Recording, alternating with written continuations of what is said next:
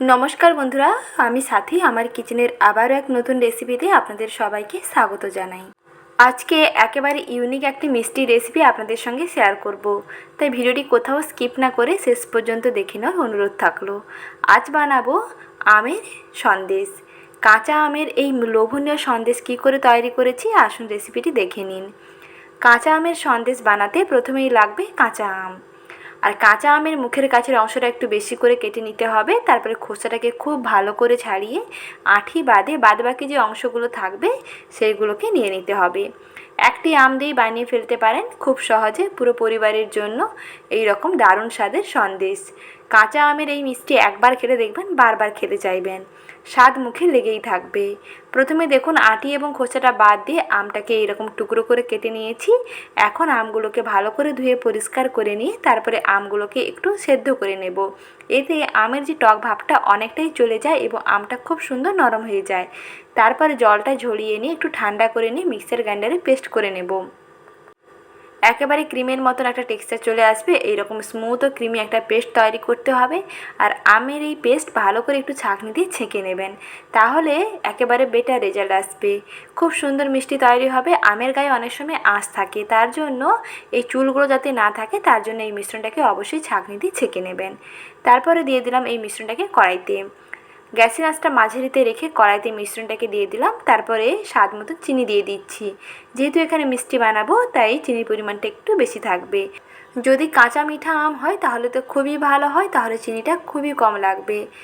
এই আম দিয়ে বানালে দেখবেন এর টেস্টটাও দুর্দান্ত হবে আর সেন্টও দুর্দান্ত হবে। এখন এই মিশ্রণটাকে ভালো করে একটু নাড়িয়ে চাড়িয়ে নিয়ে একটুক্ষণ রান্না করে নিচ্ছি। কিছুক্ষণ পরে দেখবেন চিনিটা খুব সুন্দর গলে যাবে। আর এর মধ্যে আমি সামান্য 1 চিমটি লবণ দিয়ে দিলাম। এতে আমের যে টক ভাবটাকে সুন্দরভাবে কেটে যাবে এবং এর মধ্যে মিষ্টি এবং টকের ব্যালেন্সটা ঠিকঠাক আসবে। এখন দেখুন কিছুক্ষণ নাড়তে নাড়তে এরকম জেলির মতন হয়ে আসবে। মিশ্রণটা যখন এরকম জেলির মতন হয়ে যাবে তখন গ্যাসের আঁচটা বন্ধ করে দেবেন। আর এতটা আমের জেলি লাগবে না, কিছুটা মিশ্রণ তুলে নিলাম আর কিছুটা রেখে দিয়েছি। মোটামুটি 6 থেকে 7টি যদি সন্দেশ বানাতে চান তাহলে 4 থেকে 5 চামচ আমের জেলি দিতে হবে। এখন এর মধ্যে দিয়ে দিচ্ছি অল্প একটু গ্রিন ফুড কালার। এটা দিলে এর কালারটা দেখবেন একেবারে সুন্দর আসবে, একেবারে সবুজ কাঁচা আমের মতন কালার আসবে। তার জন্য এখানে সবুজ কালার একটু অ্যাড করে দিলাম। আমের জেলি একেবারে রেডি হয়ে গেছে। এদিকে দেখুন নিয়েছি ছানা। দুধ জাল দেওয়ার সময় দুধের মধ্যে যদি 1 থেকে 1.5 চামচ ভিনিগার দিয়ে দেন কিংবা পাতিলেবুর রস 1 চামচ দিয়ে দেন তাহলে দেখবেন একেবারে টাটকা ছানাটা পাওয়া যাবে। এই জল ঝরানো ছানার মধ্যে দিয়ে দিচ্ছি চিনি। স্বাদ মতন চিনি দিয়ে দিতে হবে। আর ছানার মধ্যে চিনি মিশিয়ে রাখতে হবে প্রায় 2 থেকে 3 মিনিট। এতে দেখবেন ছানার মধ্যে চিনিটা খুব সুন্দরভাবে গলে যাবে এবং এই মিষ্টিটা বানাতে খুবই সুবিধা হবে এবং পাকটাও খুব সুন্দর আসবে। ছানার সঙ্গে চিনিটাকে খুব ভালো করে দেখুন মিশিয়ে নিচ্ছি। ভালো করে মিশিয়ে নেওয়ার পরে দেখবেন চিনিগুলো যখন গলে যাবে তখন এই মিশ্রণটাকে কড়াইতে দিতে হবে। তার আগে বেশ খানিকক্ষণ এইরকম একটু চিনির সঙ্গে ছানাটাকে ভালো করে মেখে নিচ্ছি। এখন মিশ্রণটাকে কড়াইতে দিয়ে দেবো। কড়াইতে অল্প একটু ঘি ব্রাশ করে নিয়েছি। তারপরে মিশ্রণটাকে কড়াইতে দিয়ে কিছুক্ষণ এরকম নাড়তে থাকবো। চিনি দেখবেন খুব সুন্দর গলে যাবে এবং ছানার মধ্যে খুব সুন্দর একটা পাক আসতে শুরু করবে। তখন এই মিশ্রণটাকে দেখবেন একটু ডোতে পরিণত হয়ে আসবে। ততক্ষণ পর্যন্ত কিন্তু কন্টিনিউয়াস এইরকম হাতা দিয়ে নাড়তে হবে। এইভাবে আপনারা নরম পাকের সন্দেশও বানাতে পারেন। শুধু ছানা এবং চিনি দুটো উপকরণ দিয়ে খুব সহজে যে কোনো ধরনের মিষ্টি তৈরি করে ফেলতে পারেন।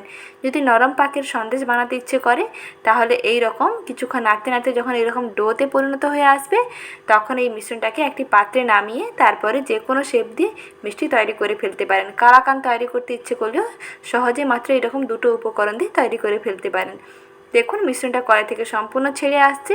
মিশ্রণটা একেবারে রেডি হয়ে গেছে। এখন সে আগে থেকে তৈরি করে নেওয়া জেলির সঙ্গে এই মিশ্রণটাকে মাখিয়ে আবারও গ্যাসের আঁচটা জ্বালিয়ে কিছুক্ষণ এইরকম নাড়তে থাকবো যাতে একেবারে একটা সুন্দর টাইট ডোতে পরিণত হয়ে আসে।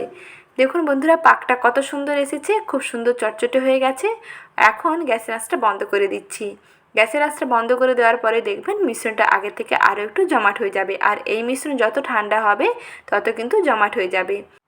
এখন ওই ডোটাকে একটি প্লেটের মধ্যে নামিয়ে নিচ্ছি।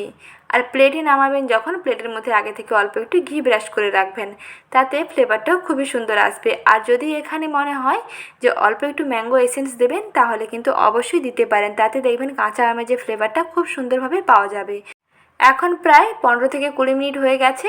মিশ্রণটা আগে থেকে বেশ ঠান্ডা হয়ে গেছে, হাত দেওয়া যাচ্ছে। এই রকম অবস্থায় হাতের মধ্যে ঘি লাগিয়ে নিয়ে তারপরে অল্প অল্প অংশ হাতের মধ্যে নিয়ে এইরকম প্যালার শেপে তৈরি করে নিচ্ছি। মোটামুটি প্রথমে একটু গোল করে তারপরে একটু চ্যাপ্টা করে মাঝখানে একটু এইরকম চেপে দেবেন।